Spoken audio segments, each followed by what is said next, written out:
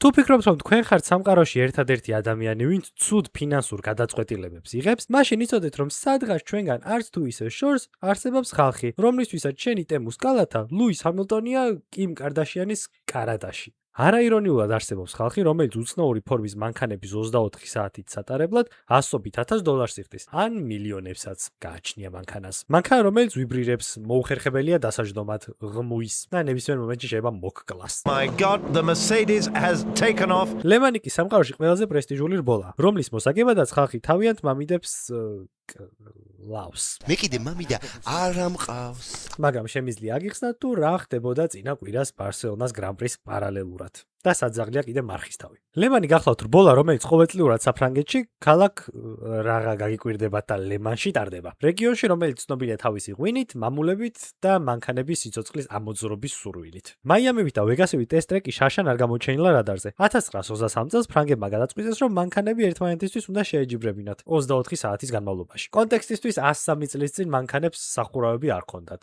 და მძღოლებს კიდევ ჩაფხუტის მაგივრად სათვალეები და შარფები ეკეთათ. ანუ ტიპებს იმდენად მოეწონათ იდეა, რომ პირველი მსოფლიო ომის დროსაც კი არ გაჩერებულან. მანიაკები, ავადმყოფები. დედა მოვტყან ყველასი. დღეს ამ რბოლამ ცოტათი სახე იცვალა და ცალკეული რბოლის ნაცვლად მსოფლიოს გამძლეობის ჩემპიონატის ერთ-ერთი ეტაპია. აი, როგორც მონაკოა ფორმულა 1-ში, ისეა ლემანი ვეკში. ჩემპიონატს თქვენის ნებართვით აბრევიატურის სახელით მოიხსენიებ ვიდეოს განმავლობაში. ვეკი მსოფლიოში გამორჩეულ ვენიუებს სტუმრობს. სპა, ფუჯი, ბაჰრეინი, იმოლა, გაისიდან სილვერსტოუნიც. უბრალოდ აქ ერთი პატარა პრობლემაა. ცალკე აღებული ვეკი ერთი ჩვეულებრივი სერიაა. ოღონდ მართლა კარგი სერია, რომელიც უმეტესად გულშემატკივრების სიმწირეს არ განიცდის. შეიძლება ყველა ავტოსპორტის მოყვარულმა ფორმულა 1-ის მაყურებელმა საერთოდ არ იცოდეს ვეკი რა არის, მაგრამ ფორდი ფერარი ხო ექნება ნაყური. რბოლა, რომელიც შენ და შენ მოგებულ თას უკდაუყობთ. ეს სიტყვის მასალა იყო და გთხოვთ არ მიიპყუროთ ვერცხლის წყალი თერმომეტრებიდან და არც ქლორის ტრიპტონიდი გადაუსვათ დილით საუზმეზე პურს. გასაუბრება რაღაცას როქმნის და მერე საკმარისად ართულებს ეგამბავი ხო იცით ყველა. ახლა უნდა გელაპარაკოთ სამაგ გვირგვინზე. არსებობს რბოლები მთელ მსოფლიოში. არსებობს პრესტიჟული რბოლები მთელ მსოფლიოში, პრესტიჟული ავტომობილებით, მაგრამ ამ ყველაფერზე ზემოთ სადღაც ცაში არსებობს სამმაგი გვირგვინი, რომელიც მხოლოდ 3 რბოლის მოგების შემდეგ დაიდგმევა თქვენს თავზე. წინა კვირას ვიდეო მონაკოზე იყო, ახლა ლემანზე. ლოგიკურად შემდეგ კვირას რას ველოდებით? დიახ,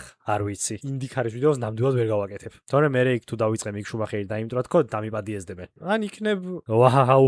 3 საერთოდ განსხვავებული დისციპლინა, 3 საერთოდ განსხვავებული ავტომობილი და უამრავი განსხვავებული უნარი რბოლის მოსაგებად. მაგრამ რაღაც თუ არსებობს, ალბათ მიღწეულიც ხო ექნება ვინმეს? კი, ერთს. ავტოსპორტის ისტორიაში გრემ ჰილი არის ერთადერთი ადამიანი, ვინც შეძლო მსოფლიოში 3 ყველაზე რთული, პრესტიჟული და საშიში რბოლა მოიგო. დარწმუნებული ვარ, ჰილი ავტოსპორტის 60-დან უყურებდა ფერნანდო ალონსოს, როდესაც თავისი ჰონდა გაუფუშდა ინდიზე. კიდე კაი დავაკონკრეტეთ, რომელი ჰონდა შეიძლება და გაფუჭებოდა ფერნანდოს კარიერის განმავლობაში. ესპანელ სამურაის მხოლოდ ამერიკული ოვალი აკლია ტიტულის მოსახვეჭად, მაგრამ არანაირი არაფერი. მან ვერაფერი. ამ რბოლას ყველაფერი განსხვავებულად აქვს. თუ ფორმულა 1-ის რბოლაში მე-18 ადგილზე გახვალთ, ხალხი აუცილებლად იმედგაცრუებული შემოგხედავთ. გუნდი შენი შემცვლელის ზევნას დაიწყებს და რასაკვირველია, შამპანურსაც არავინ მოგაწუწავთ. მაგრამ აი ლემანზე 24 საათის მერე ფინიშის გადაკვეთა საერთოდ სხვა სპორტია. პოზიციის მიუხედავად უკვე დასამახსოვრებელი რაღაც გააკეთე. რაღაცები ფუჭდება, ძრავები ფეთქდება, ინციდენტები ყველგანა, ამინდი, შმამინდი და პილოტების შეცდომა ღამის 3 საათზე. ზუსტად მაშინ, როდესაც გუნდს წინავს. ყველაზე მაგარი ნაწილი ჩემი აზრით ზუსტად ესაა გამძლეობის რბოლებში. ლემანი ტესტავს საიმედოობას, ინჟინრულ გადაწყვეტილებებს, ადამიანის გამძლეობას და არა მხოლოდ იმას, ვისი მანქანა უფრო სწრაფია. საერთოდ არაფერში არ გამოგადგება შენი უსწრაფესი მანქანა, თუ იგი 24 საათის განმავლობაში თანმიმდევრული არ იყო. ერთგვარ მარკეტინგადაც შეგვიძლია შევასაღოთ ხალხს ლემანი. წარმოიდგინეთ Toyota, რომელიც წინა კვირას პირველ მესამე ადგილზე გავიდა. თუ შეძლეს იაპონელებმა და 24 საათის განმავლობაში ყველანაირი ტექნიკურ-მექანიკური პრობლემისთვის თავი აერიდებინათ და ამ ყველაფრის ყველაზე პრესტიჟული რბოლა მოიგეს, ანუ საგზაო მანქანასაც ხო უკეთ გააკეთებენ. ზუსტად ესაა იმის მიზეზი, თუ რატომ ასპონსორებენ გამძლეობის რბოლებს ისეთი კომპანიები, რომლებიც აწარმოებენ სამუხრუჭე სისტემებსა და საწყებ საფალ საშუალებებს. თუ მუხრუჭი 300 კმ/სთ-ზე ლემანის სწორზე იჭერს,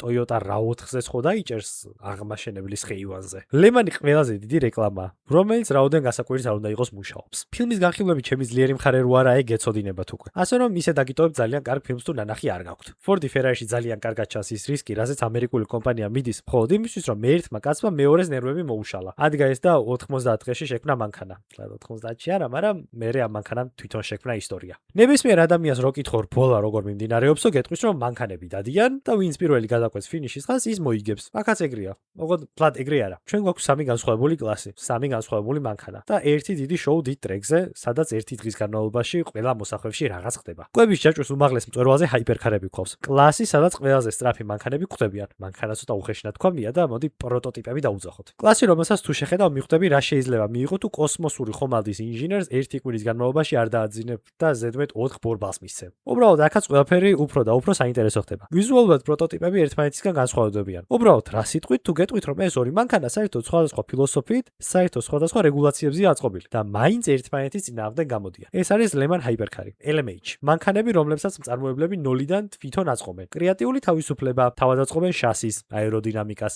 ძრავს. გინდა ჰიბრიდული სისტემა ჩააგდო მანქანაში? ჩადე. გინდა შენი პროტოტიპი ატმოსფერულ V12 ძრავზე ამუშაო ყველანაირი ტურბინის გარეშე? რა მიდი, თავში ქვაგიხლია. LMH რეგულაციების ქვეშ არის აწყობილი წლევანდელი გამარჯვებული Toyota GR09 და წინა 3 გამარჯვებული Ferrari 499P. გუნდები, რომლებსაც ყველაფერი ისე მოიგებს, როგორც გაუხარდებოდათ, მაგრამ ჩემი საყვარელი პროტოტიპი მაინც ფრანგებს ეკუთვნით. ხო იცით, რომ ცუდი და არასაინტერესო რაღაც ფიზიკურად არ მომეწონებოდა? Peugeot. ფრანგული მწარმოებელი გამოვიდა და 9X8 პროტოტიპი წარმოგვიდგინა, რომლის დეველოპმენტის პროცესშიც იჟირება ძალიან საინტერესო რაღაცას მიაგდეს. 2022-25-ის Formula 1-ის მანქანები ხომ გვახსოვს? დამწყოლ ძალას ბოლიდის ძირიდან რომ გამოიმუშავებდნენ, ground effect-ის დახმარებით. Venturi გვირაბებით და დიფუზორით ფრანგებმა იმდენი შეძლეს, რომ მანქანას სპოილერი ფიზიკურად აღარ სჭირდებოდა. ჩვენ მქონდა მანქანა, დიახ, ჩვენ თუ არა მე და ივათ მაინც.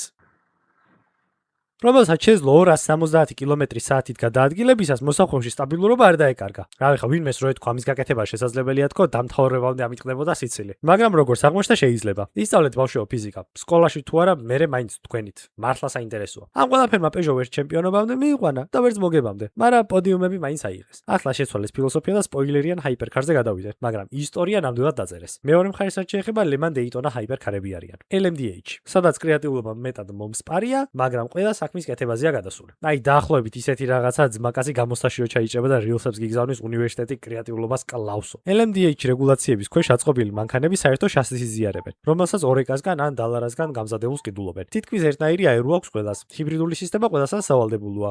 და გამოიყენო. LMDH კატეგორიაში Porsche 963 და Cadillac V Series Hypercar-ები არიან. Porsche, რომელიც WEC-ის ჩემპიონატს 2025 წლის მერე ჩაეხსნა და თავისი Hypercar-ები ამერიკაში IBSA-ზე გადაისროლა. რადგანაც ფული იქ ნაკლებად იხარჯებაო. ევროპაში დარჩენილი იჟირები კიდე Formula E-ს გუნდში გადააგდეს. ამერიკელებს როგორც ყველგან ახას თავიანთი შოუ აქვს. ლემანი სად არის Daytona-ს 24 საათიანი რბოლა. იმის გამო რომ ევროპულ სერიას გაცილებით ნაკლები შეზღუდვა აქვს, უპრობლემოდ გამოდიან ორივე LMH-ის და LMDH პროტოტიპებიც. ამერიკაში იმსაზე კიდევ მხოლოდ LMDH მანქანები გვევლინებიან GTP კლასში. თუ Gran Turismo გაქვთ ნანახი, მაშინ კარგად გემახსოვრებათ ის მომენტი Nissan 24 საათიან რბოლაზე რო იწყებს ლაპარაკს. თქვენც იმ საყვარელი წყვილივით რომ არ დაგემართოთ, ვინც პრემიერაზე გვერდით მეჯდა, იცოდეთ რომ ყველა მანქანა მართლა 24 საათი დადის. ფიზიკურად ვერ ჩაგეძინებათ იმიტომ რომ საბდი არიან და თუ მოშივდათ ეგეც შეუძლიათ. ის ბიჭი იყო აშკარად ამ ფილმზე წამოსვლის ინიციატორი, მაგრამ თლად ავტოსპორტში ერკვეოდათ თქო მოგატყუებთ. ასე რომ თუ რამე არ იცით, იცოდეთ რომ დებილური პასუხის გაცემა უფრო ტეხავს, ვიდრე მანქანაში აქვს საჭმელის პასუხი. შუახნის კრიზისი არა, მაგრამ სისწრაფი შუა კატეგორია ლემაზე LMP2-ია. სწრაფი Hypercar-თან მიმსგავსებული პროტოტიპი. იმაზე გაცილებით სწრაფი, ვიდრე ეკრანზე ჩანს. კატეგორია, სადაც ყველა ერთსა და იმავე მანქანას ატარებს. იგივეა 2K07-ის შასი,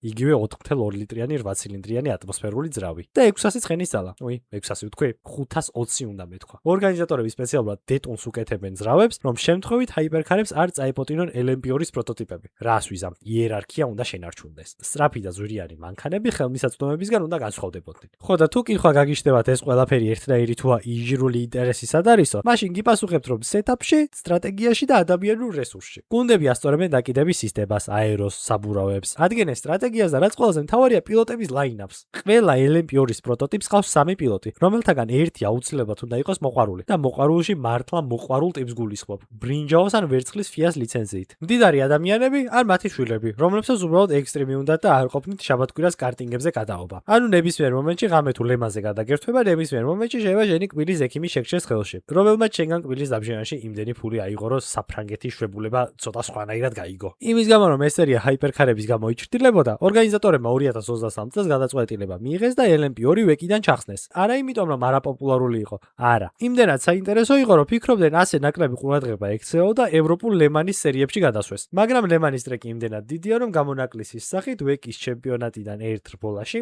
ანუ ლემანზე LMP2-ის კლასის გვემატება. და ბოლო მესამე კლასი LMGT3-ის კლასია. ჩვეულებრივი საგზაო მანქანები, დიდები, მძიმეები და ბევრი. LMGT3-ის მანქანები GT3-ის რეგებზე არიან დაშენებულები, მაგრამ განსხვავება საკმარისად მაინცაა. ისინი შედარებით მძიმეები და ნელები არიან, იმიტომ რომ დიახ, სწორად გამოიცანით, არა უსაფრთხო შერეული კლასის რბოლებისთვის. და განსხვავებით GT ჩემპიონატებისგან საბურავების თავიანთი გუდიარები აქვთ და არა ჰანკოკი და პირელი. ახლა კიდე უცებ აგეხსნით რატომ გადაწყვიტეს ორგანიზატორებმა თავის ტკივილი და ამ კლასის შემოშენება. აქამდე LMGT3 იყო GTE, სადაც არანორმალური მანქანები გამოდიოდნენ. მრავი RS-ერი 911 და 488 GTE მაგალითად. უბრალოდ პრობლემა ის იყო, რომ მანქანები საშინად რთული სატარებლები იყვნენ. არა ABS-ი, სუპერკომპლექსური სეტაპები და დეველოპმენტის სიძვირე. კლასი შეუიზროვდა, მწარმოებლები გაიქცნენ და გრიდი სასაცილოდ დაცარიელდა. ორგანიზატორებმა მაგიდას ხელი დაარტყეს და შემთხვევით GT World Challenge-ზე გადაერთოთ. უფრო მარტივზე, იაფსზე და რა თქმა უნდა გამოცდილზე გადავიდნენ. ამ ყველაფერმა კიდევ მწარმოებლებს საშუალება მისცათ თავიანთი მანქანების გაემზადებინათ